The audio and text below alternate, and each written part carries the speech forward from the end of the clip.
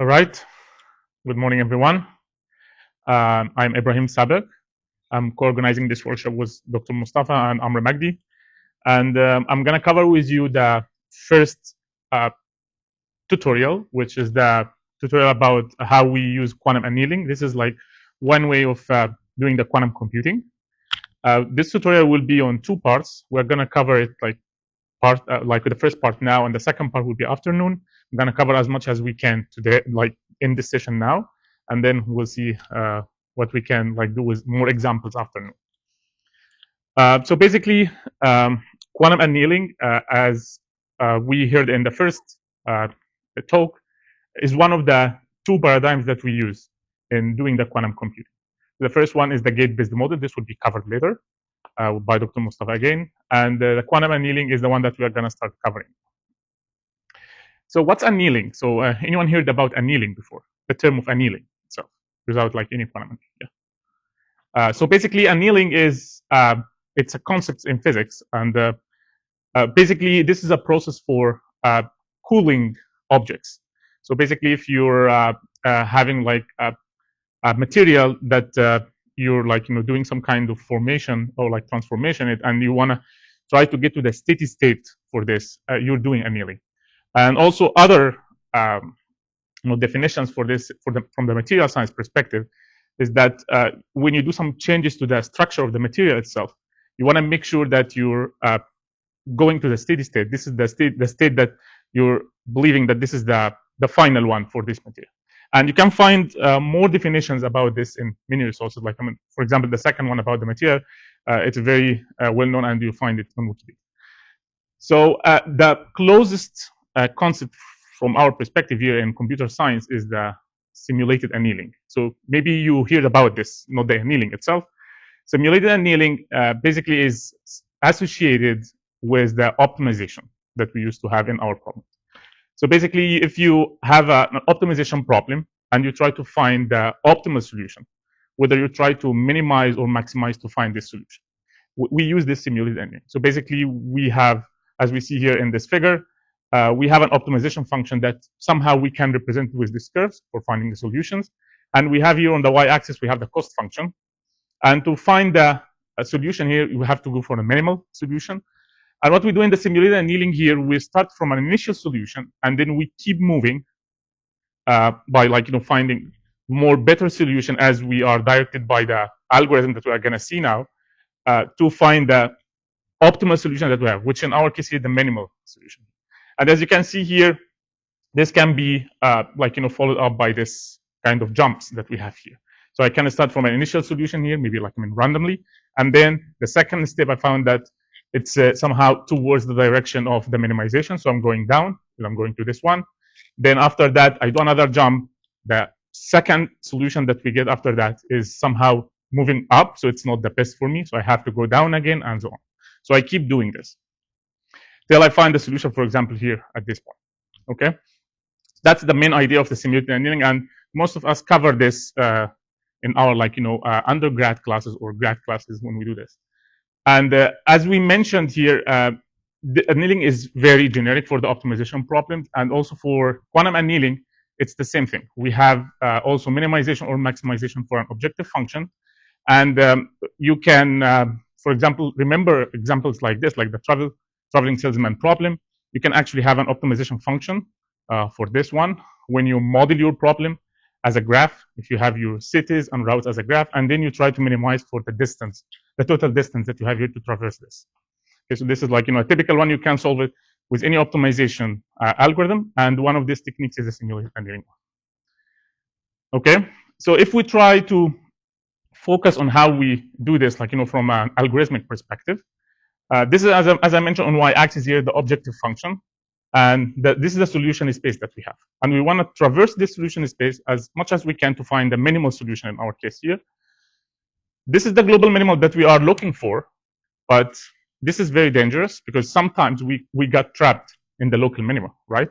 So that's the problem that we have with the optimization algorithm that we have so far, if they are not taking care of this problem. So in simulated annealing in general, or any annealing or any optimization solution for this, you start to find an initial solution, maybe randomly, and then you loop in this. By picking another solution, you evaluate your objective function, you steering your solution based on this objective function, and you keep replacing the solution until you find what you're looking for. In our quantum world, we have a counterpart for this. Basically, in the objective function, we can associate this with the Hamiltonian energy, the energy function that we have. So what we are trying to minimize in the objective function, in the simulated annealing, is basically we are trying to reduce the energy function, the equivalent energy function, in our quantum world. So basically, if we want to look at what happens here on a high level, like if we do this quantum annealing, it's very similar to what we have in the simulated annealing, but with a caveat here that in the classical approaches, we're actually like following the direction of the solutions that we are getting, and somehow we can get trapped, like in a local minimal solution here. But with quantum, we have like this quantum tunneling, phenomena that we can actually skip this solution that we have, and we can reach to the global minimal state that we have here faster than if like what we have in the classical. So this quantum tunneling here is giving us the advantage here in doing this optimization solutions like more efficiently than what we have in the classical one. Okay, so this is faster, and we can jump out of this local minima through this quantum tunneling.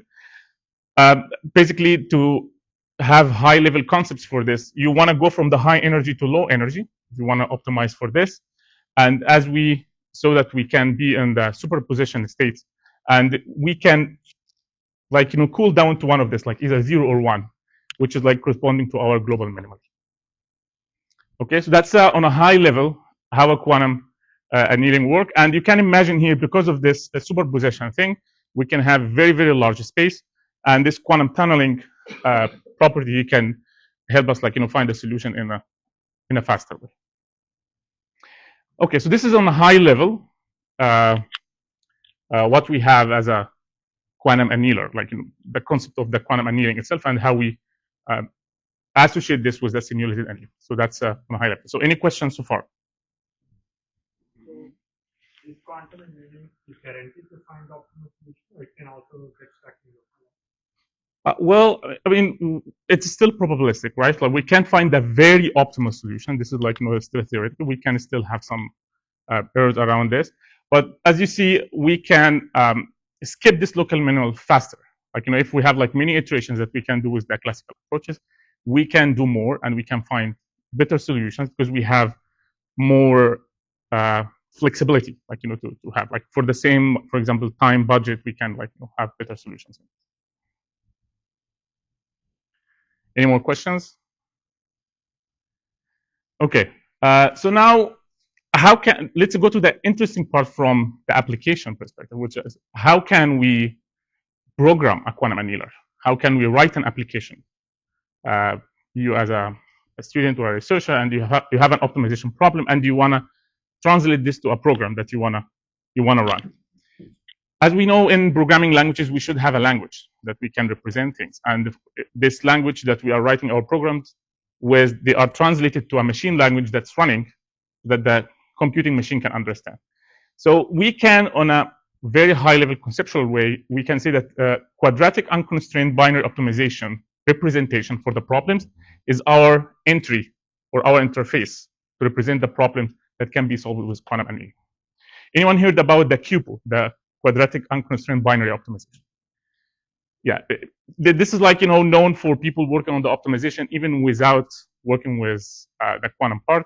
You have to put your problem in a representation like what we see, and then you can solve it with any optimizer. You can use any solvers, classical solvers, to also solve this problem. Okay, so now let's see some details about this QPO problems and how can we represent it. As you see here, QPO formulation consists of some kind of variables.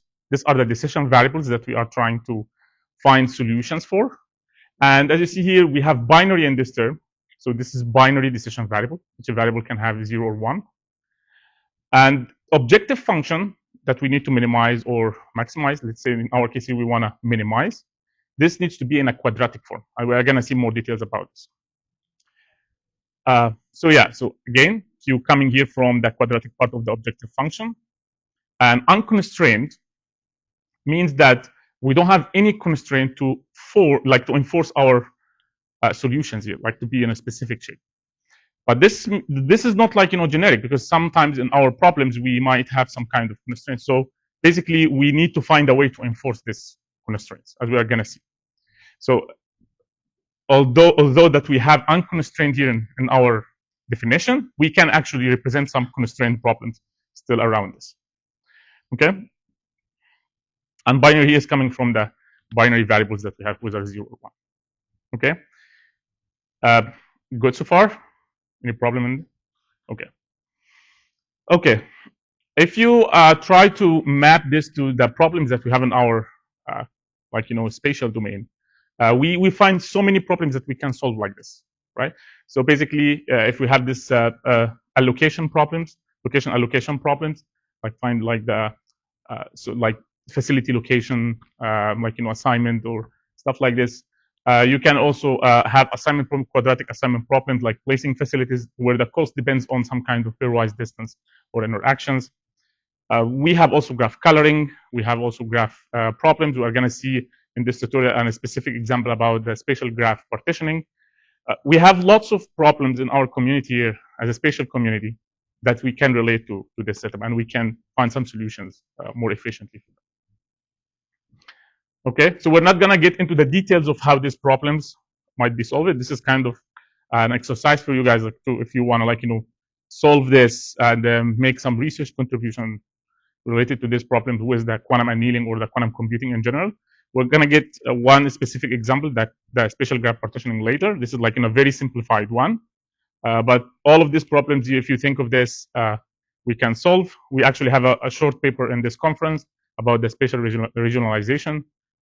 If you're interested to know how we map this problem like to the QPO and we solve it with the quantum annealing, that would be a great concrete case study for you. So more problems. So now let's try to get into the details of this QPO with some kind of simple examples to make concepts for you more clear. So let's assume that we have this very simple trivial problem.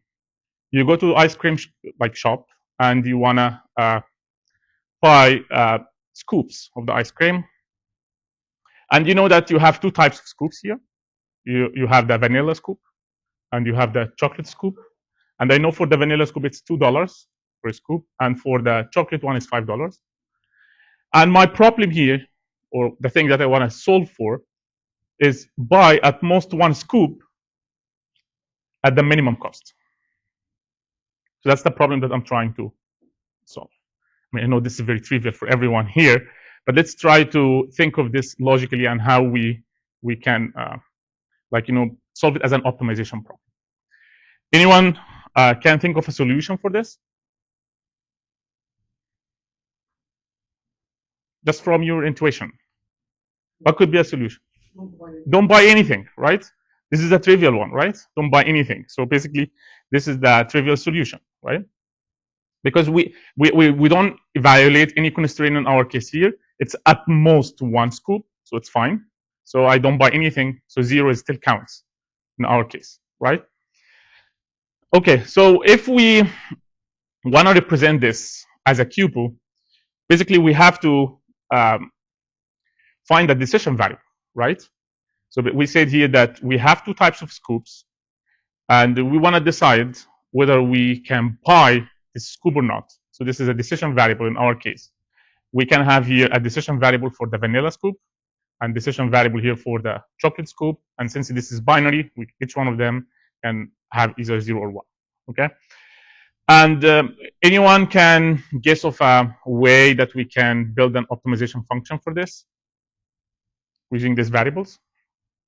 What could be? How can we represent the cost given these variables that we have? The sum, yes, but the sum of what? Sum of the variables, or? Yes, exactly. So the variables here are just deciding whether I'm going to buy it or not, but I have to associate it with the cost, right? because I'm trying to minimize for the cost. So basically, we can have a simple objective function like this. My cost, which is the one that I'm trying to look for, is the total of the cost of one scoop from this vanilla, if I'm picking it, and this is the actual cost, and the same thing for the chocolate one. Okay, so now if you plug here the 0 or 1, you can get different values of this. If I don't buy anything, still we get the solution of the 0, 1, the trivial one that we have. If we buy 1 and 1, then we are going to have a cost of 7. This is still a solution and a valid solution. Is it valid solution? No, I think this is not valid solution because it's at most 1, right? So we have to rule it out. But we can actually have here one of them to be checked as 1, one of them to be checked as 0. So if I check one of them here as 1 and one of them as 0, we might have a solution of 2 and a solution of 5. Okay.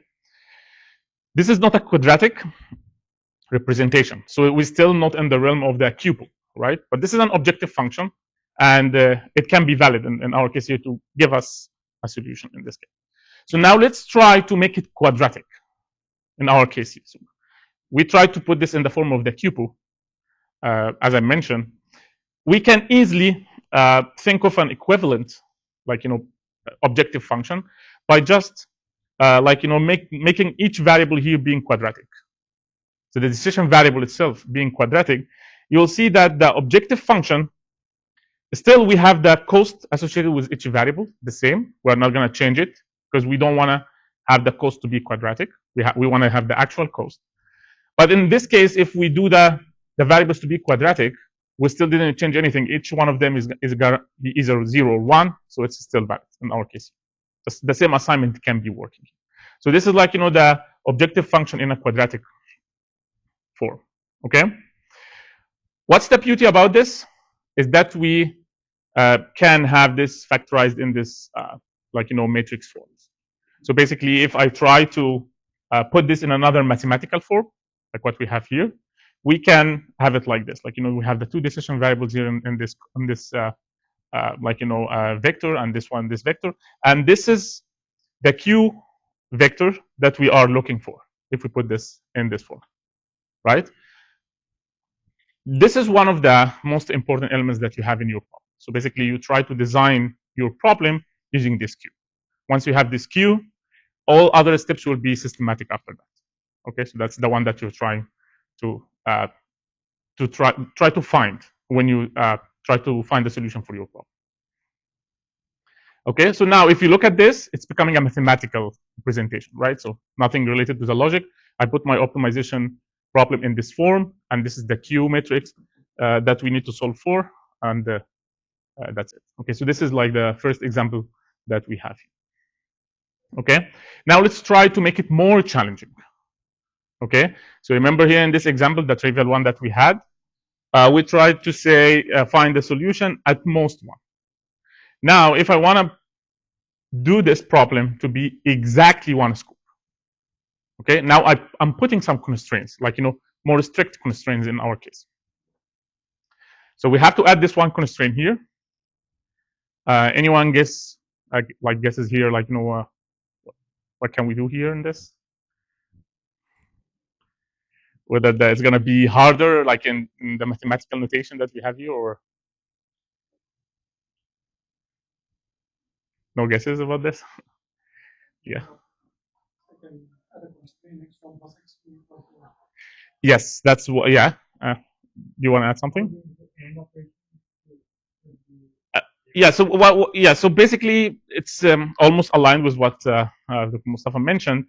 It's the same constraint, but we basically here try to add the constraint that can be transformed in a mathematical way to penalize the solutions that we don't find. So I can put constraint in an abstract way, but I still need to have the mathematical representation for adding this to the objective function, so that when we solve for this and we get the cost at the end for the different solutions, we penalize, like we get the high cost for the ones that we don't need, and we get still the minimal cost for the one that we are looking for. So that's basically what we try to do here. We try to add to the objective function a penalty term, right? So this penalty term is somehow mapped to the constraints that we have here, and these constraints, if they are not achieved, the penalty that we have will be increased, right? If the constraint is achieved, the penalty will be minimized, and the total objective function that we have here will have a minimal cost. So that's the concept that we have here. So yes, we can actually do the same solution here, that x1 plus x2 equals 1. This is the constraint. But in order to add it to the objective function here, we can actually put it in this way. We can add it as a term here. We subtract the summation of x1 and x2. We can have this like x1 plus x2 minus 1. And this will be quadratic here. So the difference here that we have will be, as just like a magnitude for us. It doesn't matter for us whether it's positive or negative. That's why we have the quadratic term here. And we have a penalty term here. This penalty term will be multiplied by this, like what we have here in the costs here of the different assignments. So basically, it's another way of like having a cost here for not achieving this constraint. Okay, this P is the one that we are choosing, right? This is not coming from the problem itself, right? So P here is something that I'm using to enforce my constraint. Okay, so we can have different values for this. Okay, let's say here we have like B here to be higher than 7, because I want to make sure that the objective function that we have is achieved like in a smooth way. So basically, if you look at this objective function that we have, let's see what could be the case if we have non-desirable solution. So we have here all the combinations of having x1 and x2, right? Like 0, 0, 0, 1, 1, 0, 1, 1. These are the 4 combinations that we have here. So if we have 0, 0, and this is not desirable here because I have to buy something, right? So in this, yeah. This is like exactly one scoop. Yeah, exactly one scoop. Sorry, this is exactly one. Yeah. So here, if we look at 0 and 0, in this case, this is not desirable. So we want to see how the objective function will end with this. So basically, if I substitute this x's values here with 0 and 0, the penalty term will be b in this case. So it's still achieved here. Why is this? Because I still have the penalty term not zeroed. Okay, so that's having a high penalty in our case. If we have 1 and 1, so it's still also p, right? Because we are going to have here 1 plus 1 minus 1, so it's going to be 1. So still we have p. So this non-desirable solutions that we have will be penalized. We'll have the b term in this case. We're going to be left with the 2 solutions with a 0, 1, 1, 0, which is equivalent to exactly one of these scoops. Okay. Now, the cost for each one of these combinations, 0, 1, or 1, 0, will be different, whether 2 or being 2 or 5. Now we are going to choose the minimal one. Okay. So this is the feasible solution here, 1 or 0. You see here in this case will be 0 as a penalty, right? And the same thing here for 0, 1. The penalty here will be 0 as well. Okay. Any questions so far about this? We'll try here to have this very simple example just to describe the concepts. Like in reality, it's not going to be that trivial. Problems are much harder, and constraints could be harder and could be billions of constraints somehow, like for some problems. But yeah, this is just like conceptual example here. Okay. Okay. So just to summarize here, for the non-desirable solutions that we have, we kept the penalty term. And for the feasible solutions, we try to minimize the penalty term here, which in our case it becomes. Okay, so penalty here is a way to enforce the constraint, right? So it's like maybe like you come up with a different way to enforce this, but in the QPO thing, we have to keep this penalties.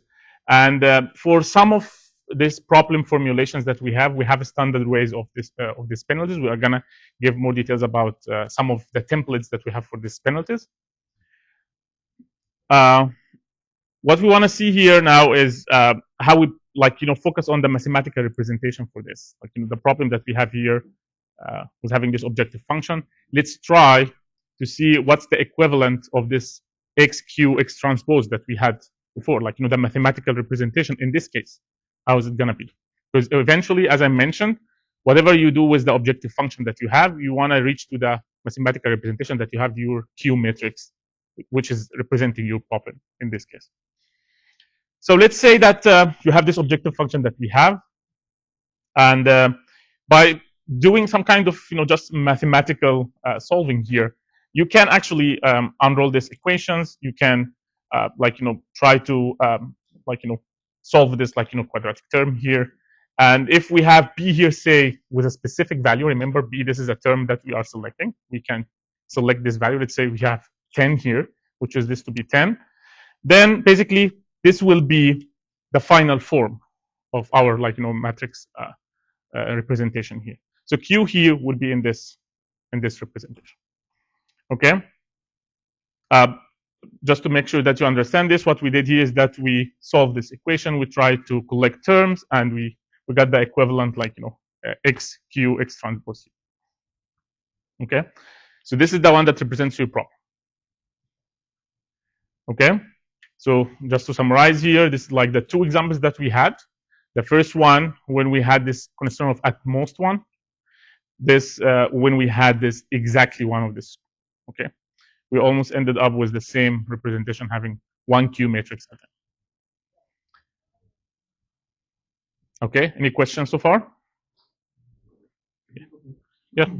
You have a constant plus 10. Does it come from yeah. So yes, from the equation, you see P is 10. Yeah. So it's becoming plus 10 here. This the only term that we have without variables. Okay. So the plus C is P. P, yeah. This is the P. I mean, from this, because in this case we don't have any constant here in our objective function, so we ended up the constant is coming only from the P in our case. For the first example, we did not add a constant because when you buy at most one scope, then if the solution is buying both of them, then automatically the cost goes up. Yes, exactly. Yeah.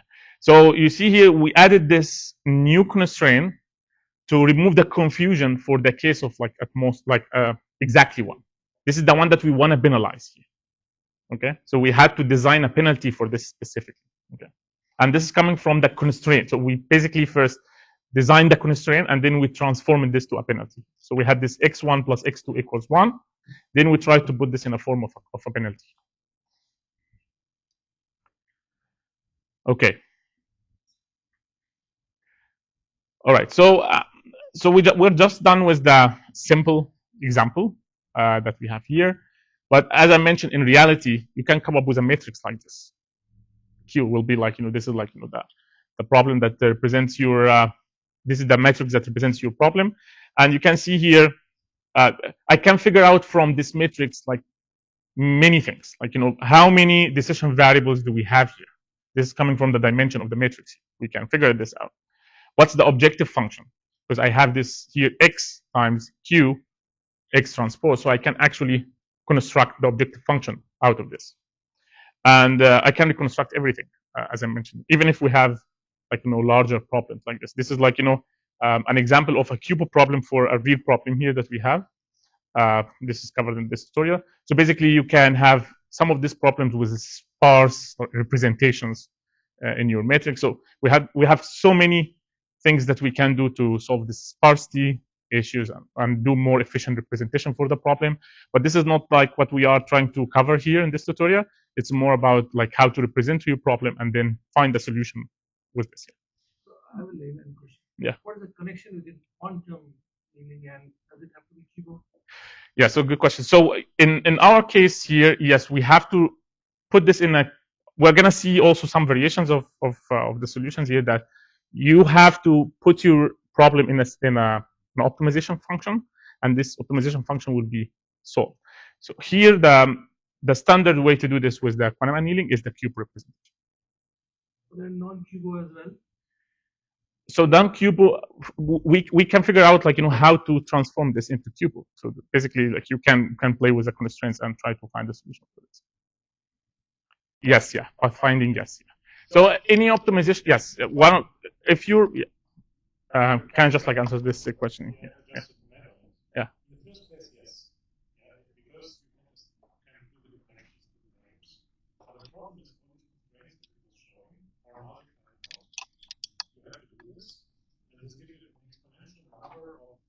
Yes.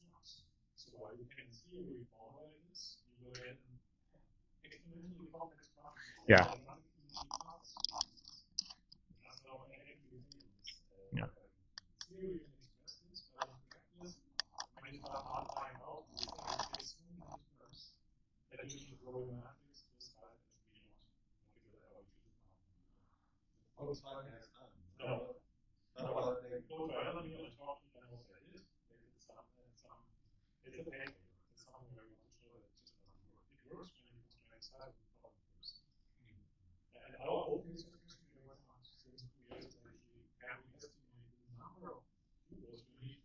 Yeah.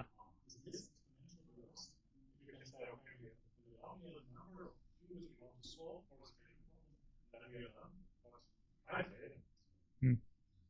Yeah. So just to follow up on this, what we described so far is how we do the mathematical representation for this. So basically, when you try to run this on a quantum annealer, you have to map the terms that you have here to the qubits representation that we have. So basically, whether we are going to have one qubit per decision variable, is it the case, or for the penalty terms, how can we represent the penalty term with the qubits? Like how can we represent this quadratic interaction? This might require like end-to-end connection between different qubits. So if this problem is very hard, like to represent with different penalties, quadratic penalties, then you're gonna require many qubits to be served for this problem. Might be beyond the physical limits that we have now for the hardware. And we are gonna actually, this is like perfect time for this. So one of the standard quantum annealers now is the D-Wave, quantum annealer, and we have Catherine here from D-Wave. She's gonna give us a keynote after later in this program, and as we know that they already achieved great number of qubits that can be in service, like when you do your problem. But as you can see, it's still thousands of qubits. So it's not like millions or billions. So problems, if they go beyond this, it's gonna be hard to represent. Okay, to solve. So yes, but still, if your problem, you can think here that the qubits here, they are your tools, to represent the problems. But still, you can solve many exponential space problems with this, still beyond what we have in the classical approaches, but not that big. If it's completely explosive in their representation. Okay, so what we want to discuss now is somehow related to the hardware that we have to solve these problems, and we're gonna give also another example of a real special application and how can we use this with the different things that we have here. So basically, as I mentioned, Cubo runs natively on this QPU. This is the quantum hardware. That's why we prefer to program things in the Cubo presentation. Quantum hardware is still limited, but we achieved a great milestone now that we can have some real applications and they can be realized. In other contexts that I didn't describe here, and we're not going to cover here, we have some kind of real database applications that we actually integrated quantum hardware, like the quantum annealers from D-Wave, inside the pipeline of the query processing of the database management system. So now we can add quantum annealer to the pipeline that we have to optimize finding a query plan, for example, if you're familiar with database. And we achieved to do this in a real time. Why is this? Because still our problem space is not that big, so we can still fit in within the constraints. And we found that with the quantum annealer, we can have a better trade-off between the accuracy and the efficiency. So within the same time budget that we can give to the classical approaches, we can have a better solution. We can find a better, order, for example, for your join query or whatever there from the exponential search space like compared to the classical solution that we have. So this is like, the right time, as we mentioned, to jump in and then see if your problems can be represented and can be solved, because you can find real-time solution for this. Okay, so this is like the roadmap for the physical qubits here. As you can see, we have an exponential growth in the number of qubits, and we keep like, increasing the number of qubits that we have here. So this is not like the end. We expect more and more. And the idea here is that if you have a big problem, the state of the art now is not to solve everything by faithful mapping to the quantum hardware, but you can have, you can somehow, try to decompose it into a solution that can use some of the parts to be solved with the classical approaches and other parts to be solved with the quantum. So probably the best way to do, and we proved this in some of the applications that we had, is to leave the quantum for the hard parts of your problem. And then the problems that you can simplify, and for example, that you have some guarantees that this will be good enough for you, then you do it with the classical problem. So you do some kind of massaging for your problem, you decompose it into smaller sub-problems, and then you can maybe later let the quantum solve these sub-problems for you, get the results, and then do more iterations. So this is like kind of the hybrid approach, the hybrid classical quantum approaches that we have here. You start with a problem, you do some kind of classical investigation for the problem, you try to find subspaces that will be constraining your solution, and then you send the subspaces to the quantum. It's gonna go and do this exponential search space solution for you, and then come back, try to improve over the solution also. Is there any guarantee that we are going to find the optimal solution at the end? No, this is not guaranteed. But in many cases, as we saw empirically, that you're going to have a solution that's way better than the classical approach that you have in many of the problems that we have so far. But of course, this is like the time that you do your investigation, whether the problems that you're going to solve will have a better advantage here with a quantum or not. So that's why it's the time for our research here from an application perspective, because we have the quantum infrastructure that can help you to do this, and now investigations is more feasible. Okay, so in this context, we are gonna describe on a high level different solvers that we have from D-Wave. This is hybrid solvers, as I mentioned, that combines the quantum and classical approaches. We can roughly categorize this into two things, the quadratic models and the nonlinear models. For the quadratic models, we have some solvers that can actually do this direct translation of the QPU. Okay. So this is the BQM, this is the binary quadratic model. So basically, what we described in the QPU problems that we have, and their unconstrained representation and how we transform the penalties to be there. We can actually solve it with this solver, in a more effective way.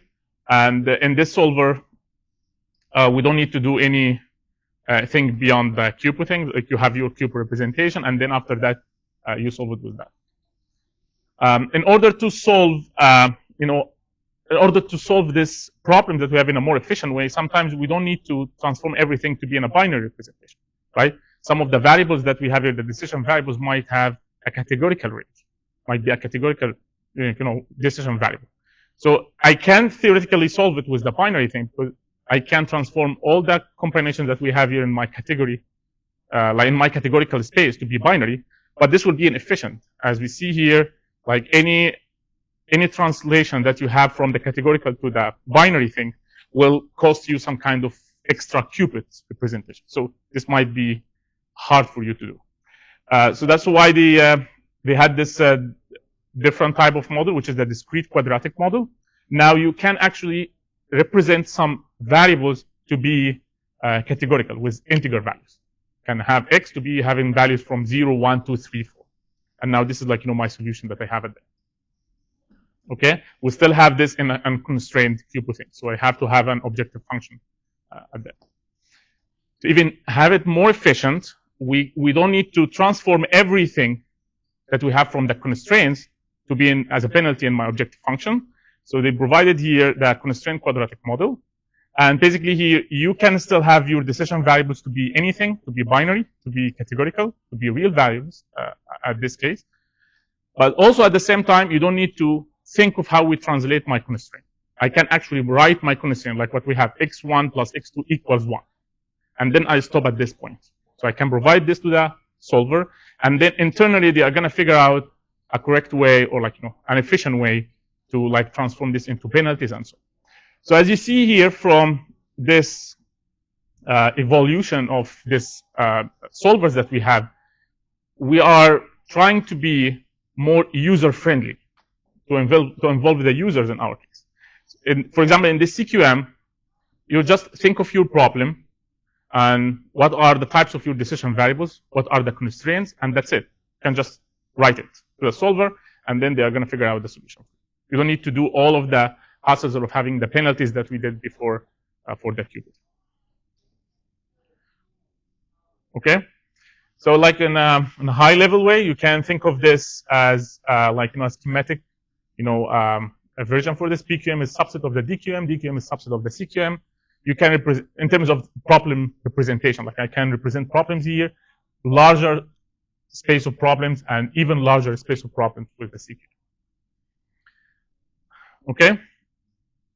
This is kind of a summary from, I'm not sure if this is in the most updated or recent one, but this is from the official D-Wave website. And you can see here in summary how this, what are the capabilities of these solvers, in terms of the variables, the constraints, and everything here. So you see here in PQM, the maximum number of variables that we have here could be 20K dense and 1 million sparse. So here, if we have dense here, this means that we have connections between the variables, and then we are going to require more qubits to represent these connections. So that's why it's going to be hard to fit larger problems. If your problems are sparse a little bit, so you can have more variables to be mapped to more qubits. In DQM here, you have an equivalent value for this and the CQM.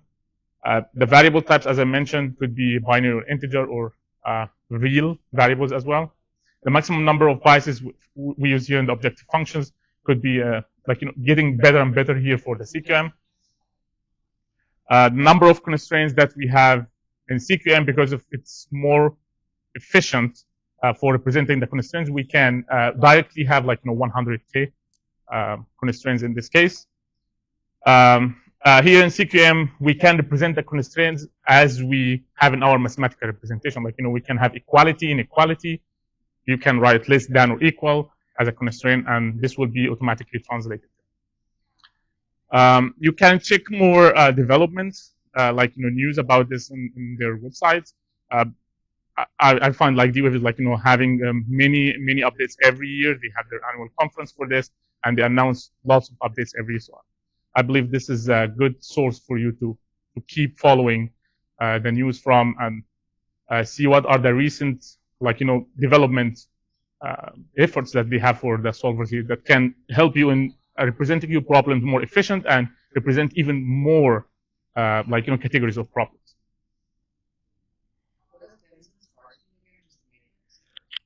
Here it means that we have more variables connected to each other, more we have more connections, we have more densities here. Next terms, yeah. Yeah. This is something that works for some of the problems, right?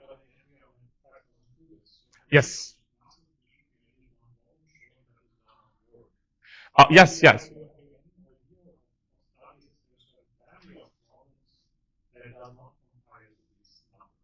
Yeah, that's a good question. So, from my research background, we weren't looking for the problems that we can solve. We were looking for the problems that we can solve.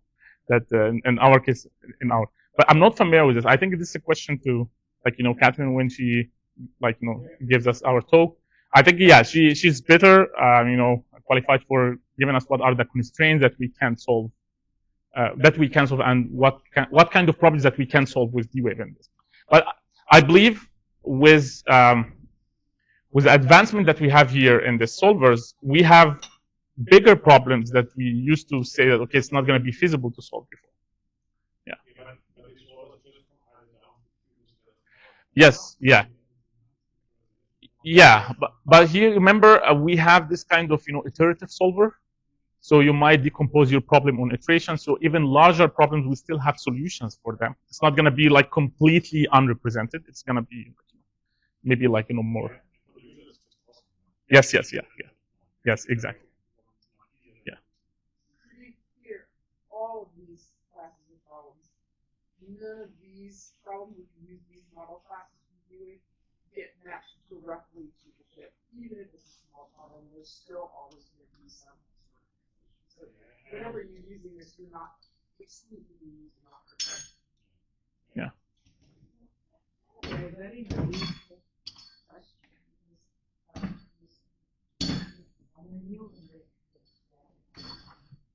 The model, okay, it's very relevant. What I don't understand, or what is clear, how this model will benefit of the physical quantum entanglement measurements, superposition. There is, okay, there is a gap now in what I'm listening.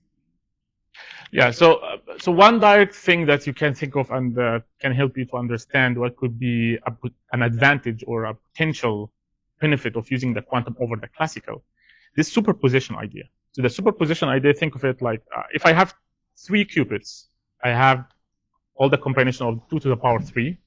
I can have 3 qubits to represent all of them at the same time, and then and eventually when we do this annealing or we do even quantum like gate-based model, when we cool down to the problem, like to the solution, this means that we found the solution out of these 8 that were considered to be investigated at the same time. If we try to solve this with classical approaches, we have to navigate these 8. Here, from the quantum phenomena, we don't need to investigate these 8 at this, like, we do some kind of computational steps for investigating.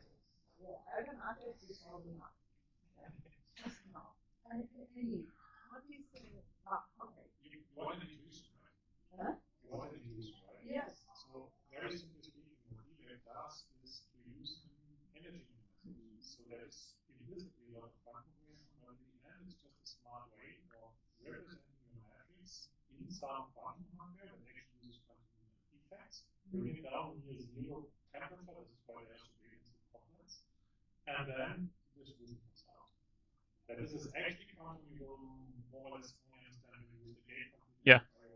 Algorithm that says these are all good.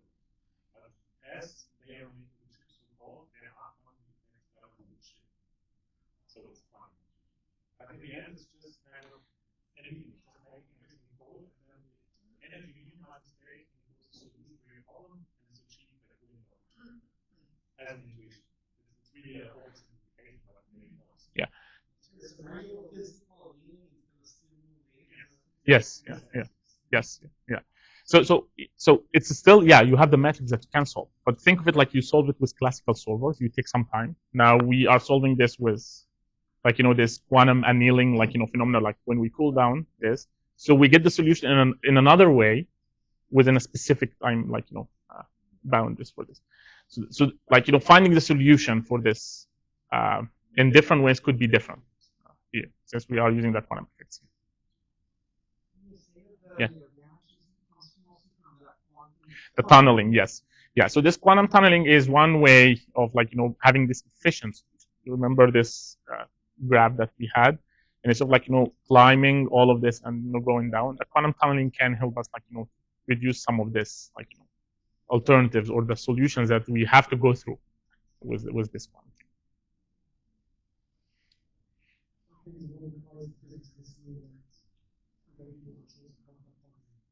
Yes. Yeah. All right. What I'm gonna do now is just, like, describing a more complicated problem. Maybe, like, this is, like, more relevant to what we have in our community, and try to find a cube representation for this and the constraints and how we do it. And then in the next part of our tutorial, we're going to see how can we solve this with one of the solvers, how can we choose solvers for doing this. And then this is going to be followed by a hands-on session, like, trying to have some of this, like, programs that we are going to describe here to be like, running on actual D-Wave hardware. And this will be like, a good exercise for you to see something running in action. Okay? So now, what's this problem? We're going to try to solve a simplified version of a spatial graph partitioning problem. Okay? So think of this as we have a graph like this. This graph represents the locations, and locations or like nodes that are close to each other that are supposed to be close spatially. Okay? And we have connections between them here. These are the edges that we have. So we have here all of these nodes. For example, we can say for A, we have the neighbors B, E, F, and so on. So what's the problem that we want to solve here? We try to partition this into a specific number of partitions, which is K. Okay, so we want to, for example, these nodes, we have 15 nodes. We want to partition them into 3 subgraphs. And what we want to do here is to make sure that these partitions that we have here are homogeneous. And there are some constraints that we try to we try to keep here for this. At least we should have a minimum number of nodes per partition. So we don't have a case that, for example, if I say the minimum number is 3, we don't want to have a partition with 1 or 2. We at least want to keep the minimal number of nodes per partition in our case. And what could be the thing that will govern us in finding these partitions? What could be the cost coming from? The cost will be coming from the communication between these nodes. So let's say if I have one node on one partition and another node on another partition, then there will be message passing if I want to communicate between these 2 nodes, because they are physically on 2 different partitions. If they are on the same partition, then there will be no cost. So now you have to figure out how we are going to organize these nodes. For example, this is one of the solutions. Organize these nodes to be connected together so that the overflow between the nodes that are communicating from the different partitions will be minimized. Okay? Simply, so just to summarize this, if we have 2 nodes on the same partition, then they should be 0 cost for communicating. If we have them on 2 different partitions, then there will be an overhead of doing this. Let's say between C and D nodes, and they are on 2 different partitions. For me, it's going to be the overhead here, or the weight of C and D. So this is kind of an overhead that we have. So we want to minimize this kind of abuse across the whole nodes that we have. Okay? Yes. I mean, this is not like, this is a simplified version. Like, we can have more constraints to have it like more related to the neighboring nodes only. But I try to, by the way, this is like, a problem that was published here in 6 Spatial, but I try to remove some of the constraints there. I try to keep the simple ones to make sure that we can relate. Okay? So this is the objective that we have here. We want to minimize the total message passing overhead between the different nodes, regardless whether they are neighboring nodes or not. Okay? And the constraints, if we want to summarize it here, each node is assigned to exactly 1 partition. It can't be physically on 2 different partitions, right? And each partition contains at least S nodes. This is coming from the problem description that we have. So if you want to think of this in a tuple way, you have your objective function and you have 2 constraints that you have to maintain in our case. Okay? So the problem description is clear so far? That's what we try to solve here. Okay, so now let's go step by step and see how we're gonna do this. The first thing that comes to our mind, what are the decision variables, right? So how can we do the decision variables in our case? So let's go with the straightforward representation. We're not gonna go with how we solve it efficiently with a solver, but we try to think of this from a tuple perspective. We're gonna have one binary variable to decide whether a specific node is assigned to a specific partition or not. The variable the decision here is not about the variable itself. It's about the variable to a specific partition, right? So that should be the variable. So we have a larger number of decision variables in our case because we have more combinations of node partitions, right? That's the case. So here we can represent it like this. For the node I to be partitioned or assigned to a specific partition, which is L here, this either to be 1 or 0. 1 if this is achieved, 0 if something else. We don't care at this point if this node goes to any other partition. We just care about whether this node is assigned to this partition. Okay, so now you can easily estimate here the number of binary values that we have will be the number of nodes multiplied by the number of partitions in our case. Okay, so this is clear so far, right? It's not complicated. We try to have the straightforward thinking for this. Now, if we want to try to find the penalty model that we have here to penalize the inefficient solutions for our case.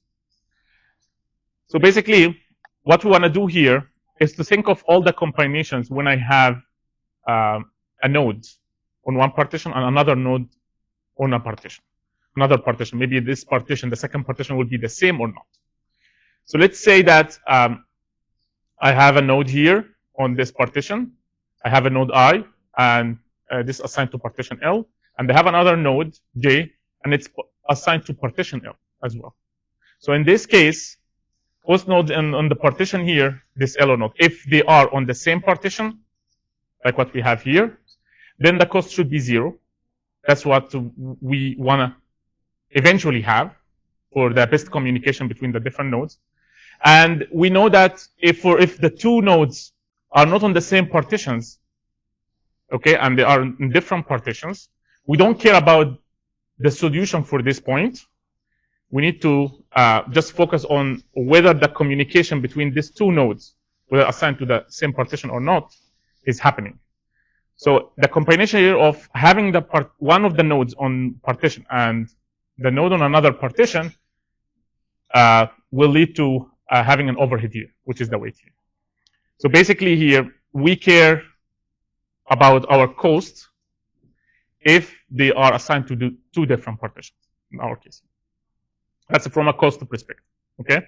So if we want to have an initial cost function, we can have something like this. We can have the cost of each one, what we have here, cost penalty or like cost value or term multiplied by each one of these two nodes, decision variables that we have. And then for the communication between these two nodes, we can have the Cij, which is like the cost that we get from here. Now, if you have the two nodes having different, I'm sorry. So this is like, the initial one, and this should be the total cost that we have from the communication between two nodes, right? If we want to find exactly what are the values for the C's in this case, we can simply try to, substitute here from our, initial thinking that we have here. If we just, try to solve for this first case, then we're going to figure out that this will be 0, this will be 0, this will be 0. Then in this case, the cost will be 0. So it's not going to be a problem. If we try to solve which one of them is 0 and the other one is 1, then if this one is 0, this one will be 1, and this term will be 0. And in this case, C will be equal to the weight that we want to have here. So C1 will be this weight. And the same thing for the other one here. If we have this to be 1, this will be 0, this will be 0, then C1 or C2, so in this case C1 or C2 will be the same value, like what we have here in the cost function. If both of these cases, or both of these nodes happen to be on the same partition, which is the case that we want to, optimize for. So this means that we have C1 plus C2 plus this Cij to be equal to 0, right? So in this case, we already figured out a solution for the C1 and C2. We can figure out that Cij will be minus 2 that if we want to keep this to be minimal as much as possible. So basically, based on this simple logic that we have here, we try to estimate here initial, suitable cost values or like cost terms that we can associate with the binary variables that we have. Okay? So once we have this, we can actually have our objective function to be the total cost that we have from communicating all of the possible nodes that we have. So here, within the same partition, I have all of this. For all the combinations that we have from the nodes and the partitions, we can have this cost function, right? And we want to minimize the totals. Given a specific partition that we have here, I'm going to calculate the summation of the cost of all of the communications between the nodes that we have out of these partitions, and I want to find the one with the minimal value. That's my goal here. So this is the objective function that we have. So far we didn't have any constraints to be enforced, right? So we want to enforce the constraints. So this is the second step. So constraint 1 here is to make sure that each one of these nodes is assigned to only one partition, right? So in this case, I can have, since I'm having this one variable per each combination, I can get the summation over one partition for a specific node and enforce it to be only one. This will make it inherently enforcing the partition to be assigned, the node to be assigned to one partition, right? Because if we have node assigned to two partitions, it will be more than one. It will be two, right? So this will violate the constraint, and even larger than this would be hard. We can't say less than or equal one, because this will open the door for having nodes to be not assigned, right? But we want to assign one node to one specific partition. So we have to be exactly one in this case. So this is one hot constraint, and this is like a very popular constraint type. Usually when you have different problems, optimization problems, you are going to find that this constraint is very common. You try to get the summation to be exactly one. This is like one hot constraint. For the size constraints here, we want to make sure from the problem description that the summation of any partition, then the number of nodes in any partition, to be at least s. Since each one of these decision variables is either 0 or 1, I can actually use them to count things. So based on my assignment, I can get the summation and see if it's at least s or not. Okay? So given the objective function that we have and the two constraints, we can actually, and the two constraints that we have, we can actually, cover all the problem description constraints that we have here. So we already covered this in the objective function. We already covered this in the constraints. So the problem is ready for us to, to solve it, with any solver that we have here in the UAV, and for example, we program this. Okay.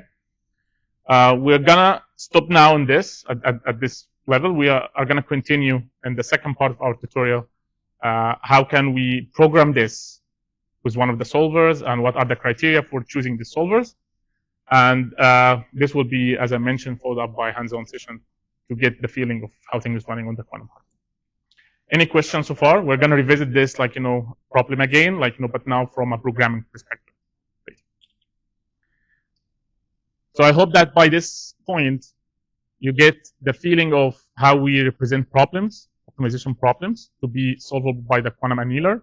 And also, this is a concrete spatial problem that we have, and this can inspire you to solve more problems similar to that. Okay? Any questions?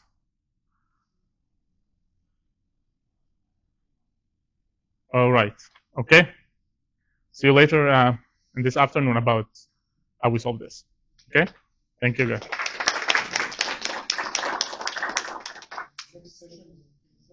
At 10:30.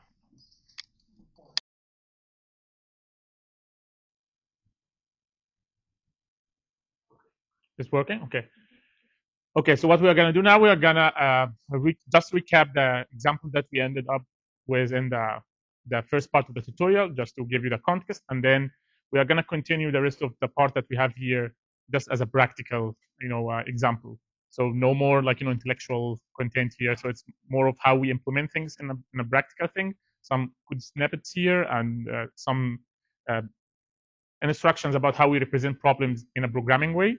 And then after that, you're going to continue this with a hands-on session to see what we are talking about here in reality with the quantum hardware.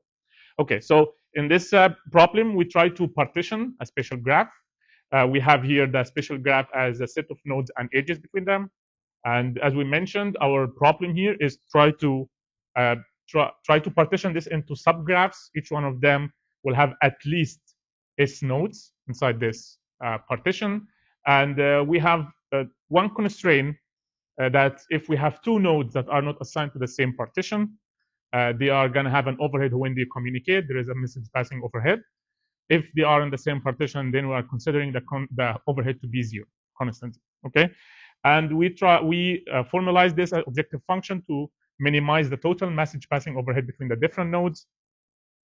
And we decoded here this problem into two constraints. First one, that each node should be exactly assigned to one partition, and the second one is coming from the problem description, which is each partition should have at least S nodes. Okay, these are the two things. We also formalized this based on the variables. We assigned here one variable per node partition combination, and we have some kind of cost function that we developed, and we had an initial estimate for the weights that we should have as an overhead here for this cost function, and we ended up with this objective function. Let's try to traverse it. For all of the combinations of the nodes that we have, I and j, if we are having these nodes assigned on the same partition or not, we have this cost function to be calculated, and this w here is the overhead that we have that will be activated if we have these two nodes on different partitions. Okay, if we have them on the same partitions or not assigned, or totally different, like not on this partition that we are studying, then it will be zero, or if they are on the same partition, also it will be zero. Okay, this is the objective function. And the constraints here also, we put this in a mathematical representation to have this constraint of each node has been assigned to exactly one partition. We have this one hot constraint. So this is like one of the typical ways of constraining this kind of problem that has the membership. And also the constraint number two, which is the size constraint. We represented this by the summation of the variables that are belonging to the same partition. So we can sum all of the variables across one partition, and then we see whether they are equal or greater than S. This means that the constraint is achieved. Okay, now what we are going to do here is to try to solve the problem that we have here with one of the solvers that we talked about.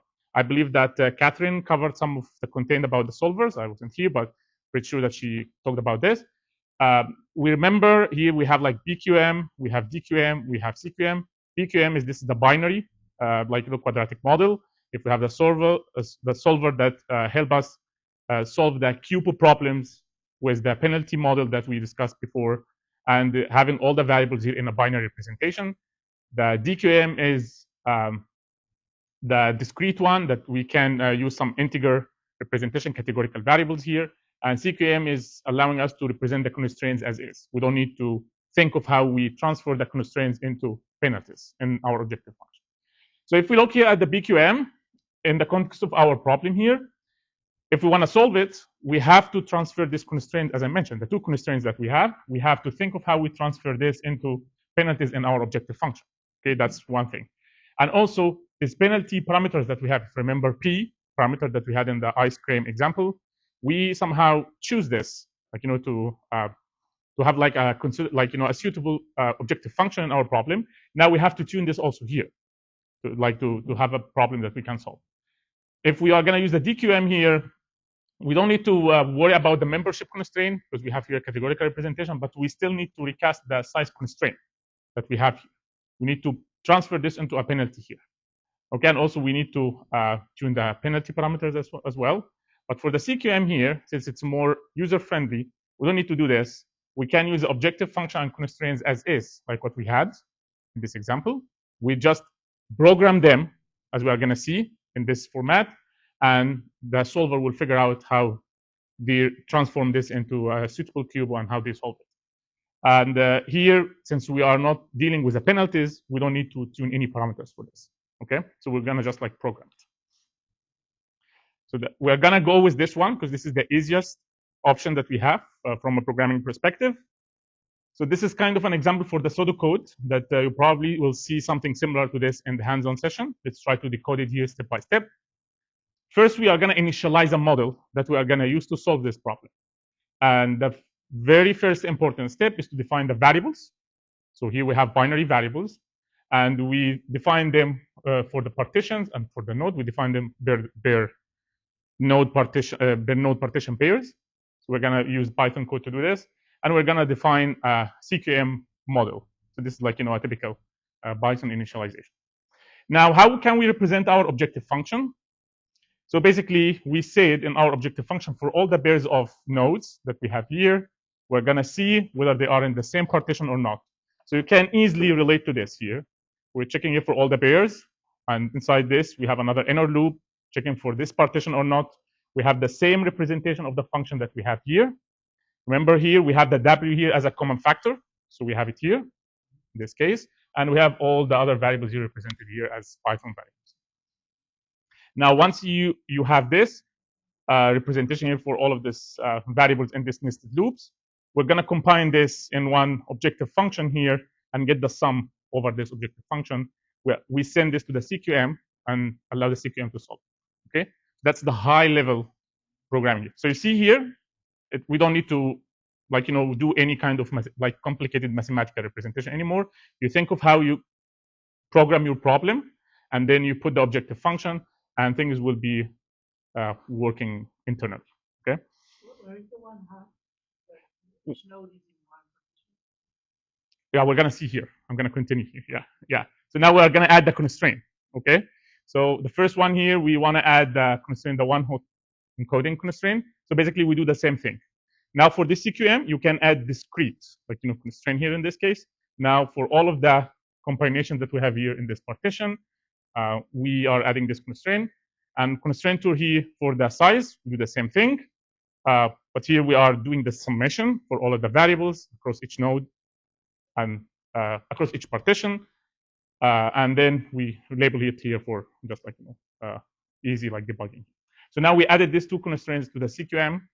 We never worked with the penalties here. These things in the CQM will be automatically transformed, and then it will be solved. Okay. Okay. So this is like the quadratic models that we talked about, and how we give here one example on how we use these solvers based on these quadratic models to solve this optimization problem. Another category, if we remember, of these solvers is the nonlinear models, and probably Catherine covered this a lot, like the NL solvers. This is mainly for the linear and convex optimization problems. More if you're familiar with this mixed integral linear programming thing, this is basically more suited for solving this kind of problems. Decision variables here, this is I think one of the big differences of this type of solvers compared to the others is that you can you have a variable that can be a list or a set of values, or a list of values. So this is a huge, because you can represent your permutation as one of the values of these variables. And instead of having everything to be encoded in binary variables, and then we have to find all of the combinations, here you can go with the permutation as one of the solution of this variable. Okay, we're going to see here more details about this. And also constraints still supported like what we have in CQM, but you have different types of support here: linear, quadratic, inequality, equality, and so on. So basically the same support that we have, but more intuitive representation for the variables that we have in our problems. Okay, so what do you mean by this list of variables that we have? Basically, if you have, for example, a variable x of list of 3, this means that we have all the permutations of this size, 0, 1, 2, 0, 2, 1, all of these values here. So we have all of these permutations represented with one variable. I don't need to represent a binary variable for the first bit and a binary variable for the second bit. No, I don't need to do this. I can just encode everything in one variable here, which is x. Now, when you solve, the solution will converge to one of these permutations at the end. And instead of figuring out the value for each binary variable one by one, and then get the solution, the complete solution. Now you can get it directly by this. Also, the same thing for the sets. Sets here would be unordered subsets of the range. If you have this, from 0 to n, and we have a set of 3, we can have all of these combinations, an empty solution here, or only one variable, like a subset of 2, subset of 3, and so on. So this is like another way of getting the solution. Now let's try to revisit the same problem that we have here, but with NL solver. Okay, the same constraints, same objective function. Now, when we try to think of this from an NL solver perspective, we have to rethink how we represent the variable, right? Because now it's not a binary variable that we have. We can think of this as permutations. So can anyone guess how can we do this in our problem here? What could be a permutation representation in our problem here? We have nodes, we have variables, which is representing the nodes in these partitions. What could be a permutation here? Was it?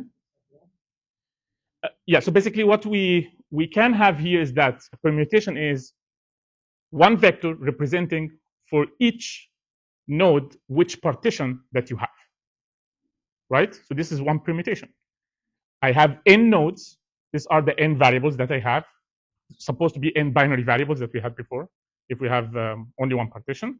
But for each value here in this node, I need to have one of these partitions, either partition 0 or 1 or 2 or 3, right? And if you look at this, we have many permutations to do this. So now we can actually represent our problem in this. Basically, if you have 3 nodes in equal 3, we can think of x here as an integer list variable. And this integer list variable will be, for example, if we have 2 partitions, each variable, so we have in 3 nodes, so we have one variable for each node, and each node should take either 0 or 1. This is the permutation that we have here, because we have 2 partitions of it, right? You get here this idea? Now, if we have, for example, 4 nodes and 2 partitions, we're going to have one extra variable here, or like one extra bit. So it will be 1101 or 0101, something like this. And if we have an extra partition here, k is equal 3, we might have 1202, right? Because the range that each node can take is either 0, 1, 2. Okay, so that's how we represent it. Another thing, if you're gonna solve this with NL solver, that you have to keep in your mind is to think of the computation flow that you have in this problem. What I mean by this is to think of how we are going to build our computation. So in our case here, we need to have 2 parts of our computation flow. How we build the computation flow for the objective function and the computation flow for the constraint, only one constraint that we have, which is the size constraint. Okay. So what we do here is just this is the visual description to what I mean here by this. If we have this integer node x, which represents the permutations that we are talking about, if I want to build the objective function, one key important thing is the weights that we have. This is like representing the overhead that we have from the message passing. And what we want to do here is to basically do a multiplication and summation over the weight when we multiply this by the x. So we multiply this weight by the x, and then we get the summation over this. We're going to see how we program this. But this is like more of a high-level thinking of how we build this computation. And now once you do this, you want to do a minimization. This is like, how we solve the problem. So this is the computation flow for the objective function part. Now, if we want to also connect this to the constraint, it's the same x value variables that we have here. But now we have to add another constant node, which is the capacity, the size of the partition, which is S here. And now how to form this constraint is to have this for, like, to do the summation and then compare whether this is like greater or equal to S here. And then after that, this will be the subject to. Of course, we don't have these nodes. We don't have this minimized subject to. It's more of a conceptual node, right? It's like, we're building a query plan if you're coming from a database background or something like that. It's more of a conceptual thing. Okay. if you notice here, we don't need to program the constraint of the one-hot encoding here or the one-hot constraint, because this permutation actually is inherently solving it. Okay, so the size will be the only one that we have to program in our case. Mathematically, we have to provide the formulation for it, because this is coming from the problem. But anything related to the membership that we intentionally try to have a constraint to make it valid, actually it's inherited in this representation, because now permutations can handle this. Now let's see also the pseudocode for this part. Okay, so basically we have a model. This is ML solver model. Yeah. On the previous slide, Yeah. Why Wij when I is not equal to j? So I thought this overhead is only when they are in different partitions. So, but it seems like you're saying if I is not equal to j, which means that there are two different nodes, then you have this overhead. Oh, this is like a typo, I think. Yeah, this is something. Yeah. So I believe here when we meant here that I and j don't belong to the same L. So this is a typo here. Yeah. Sorry for this. So this is something that we have to fix in. We're going to fix it in the presentation before uploading it. Okay.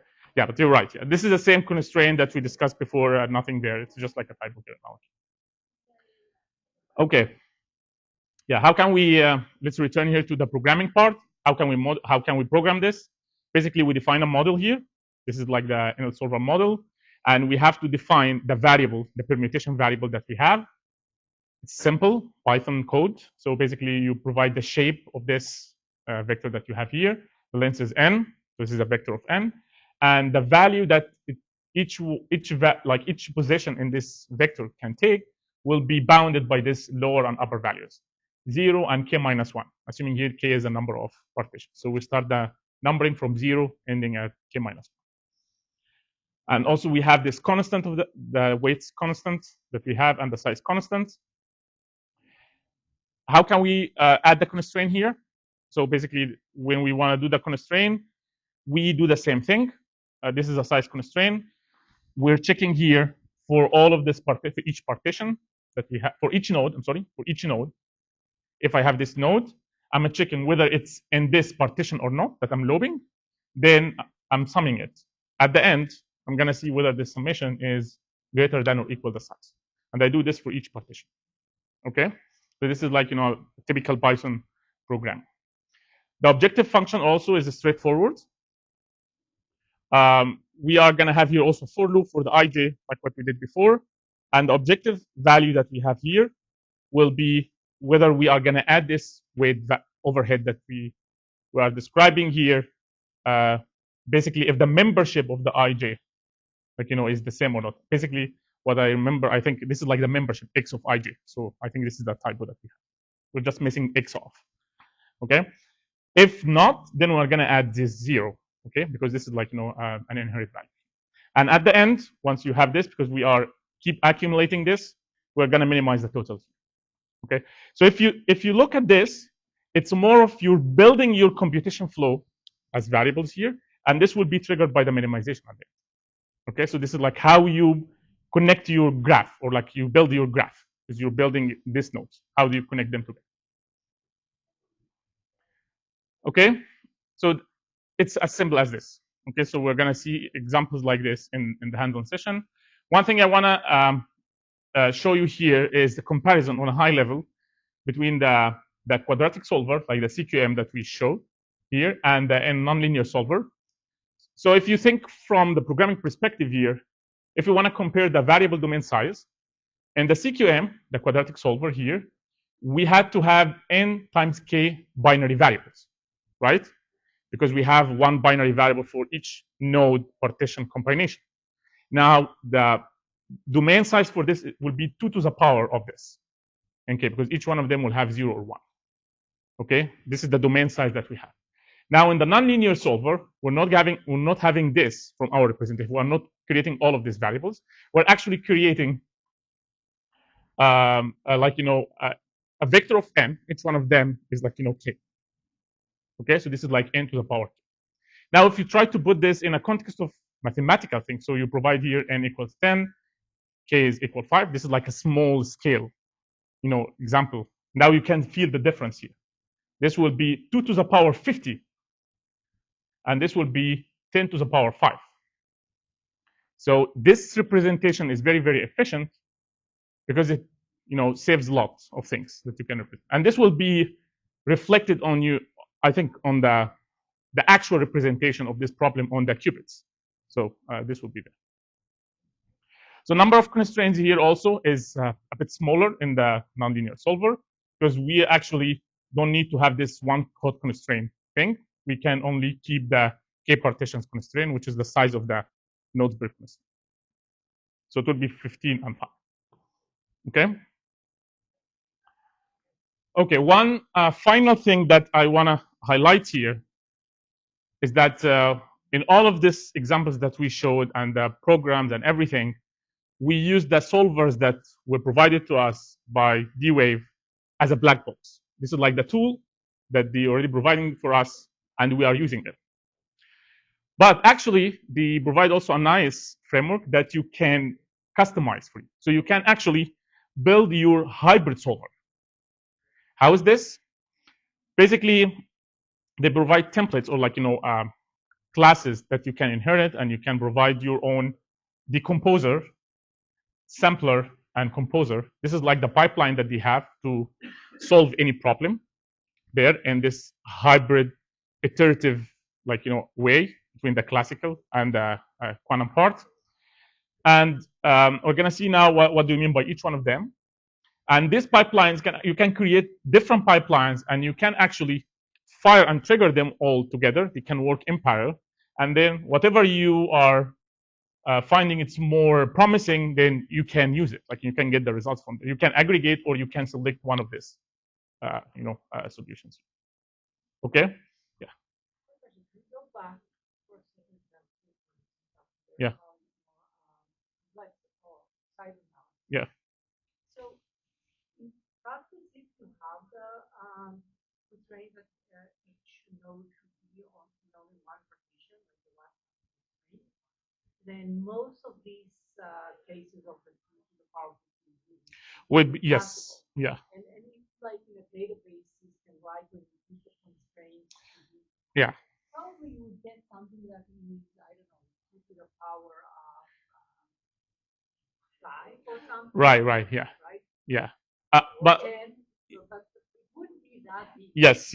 Yeah. So you're right. Like it depends on the implementation. Probably even I don't know. Like Catherine can tell us here. Even inside the quadratic solver, probably they are not going to go for this 2 to the power 50. They are going to imply the constraint somehow to have lower number of nodes and try to have things like more efficient. This is just like high level thing from our perspective, like from our user perspective. Pretty sure that they do something pretty clever, like inside the solver. But from our user perspective, even we don't know what's happening there, we can get much more efficiency if we solve things here, like with this ML solver, from our naive understanding. So it's not like we are saying that this is completely useless. No, it's not like this. We actually find that this is empirically, it also has its own advantage. It's running very well in some cases. And in other cases, also in the solver is good, but from a high level, you can actually see these variables and analysis from this perspective.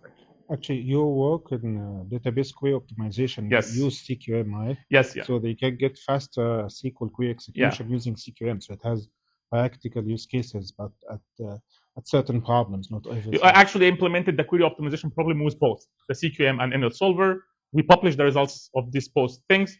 ML solver is having a better advantage over this, but we had to implement a clever trick to have this advantage. But if we have a pretty straightforward implementation for both of them, the difference will not be that big. Yeah. For that. Okay. So what do you mean by this templates of the pipeline components that we have here? So basically, you can build your sampler.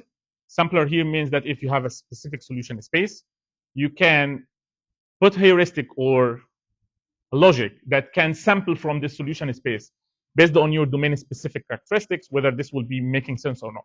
Sometimes, for example, if we are in a query domain, like query processing domain. Just a clarification question.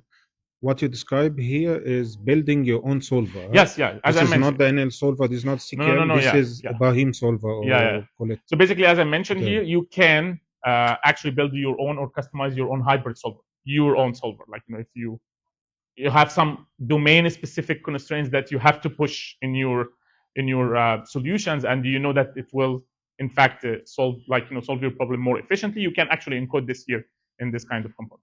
So sampler here, you can sample from your solution space based on your heuristics.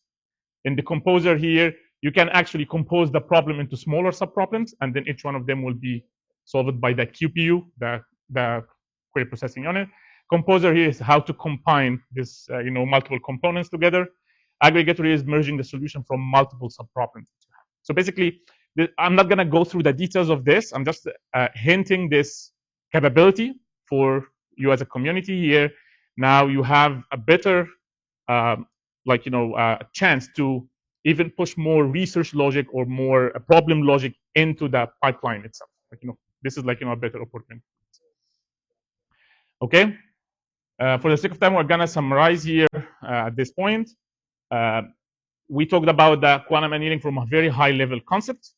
And then we showed here that we have some spatial problems that we can relate to. We just used one very simple, naive example, the spatial graph partitioning that we have here, which is not that big, but I'm sure that you have more complicated problems that you can relate to here. We described here the solvers, the different solvers for people who want to actually run things, and showed here some examples of how we do this programming. And also we hinted that you can actually build your own hybrid solver framework. This is like the starting point for you to do more and more from an application perspective. Okay. Well, I'm gonna stop here. If you have any questions, I'm happy to answer them. After that, we're gonna switch to the hands-on session, and then you're gonna have a chance to see things running on the quantum hardware. Okay. Yeah. Any questions? Okay. Thank you so much.